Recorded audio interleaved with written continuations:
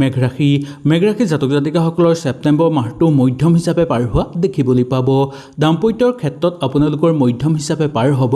ব্যৱসায়িক বাণিজ্যৰ ক্ষেত্ৰতো মধ্যম দেখিবলৈ পোৱা যাব।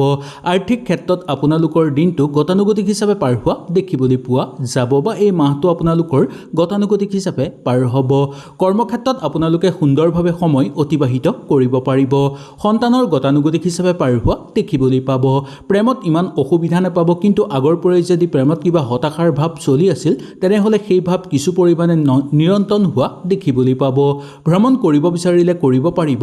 ওচৰ চুবুৰীয়াৰ লগত সৰু সুৰা কথাতে যাতে তৰ্ক বিতৰ্কৰ মাজত লিপ্ত হৈ নপৰে তাৰ প্ৰতি আপোনালোকে লক্ষ্য ৰাখিব। নিবনুৱাসকলৰ কাৰণে বহু ভাল যোগ নামি আহিছে বুলি ক'ব পৰা যায়। বহুদিনৰ মূৰত আপোনালোকৰ জীৱনলৈ সুখবৰ নামি আহিব বা আপোনালোকে কিবা এটা সংগ্ৰহ কৰিব পাৰিব। ৰাজনৈতিক ক্ষেত্ৰত মধ্যম হিচাপে পাৰ হ'ব। কাৰ্যকৰী পৰিকল্পনাৰ ক্ষেত্ৰত